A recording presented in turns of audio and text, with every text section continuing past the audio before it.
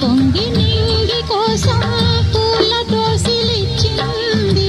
పూలు నేను చూడలేను, పూజలేవి చేయలేను, నేలపైన కాళ్ళు లేవు, నింగి వైపు చూపు లేవు.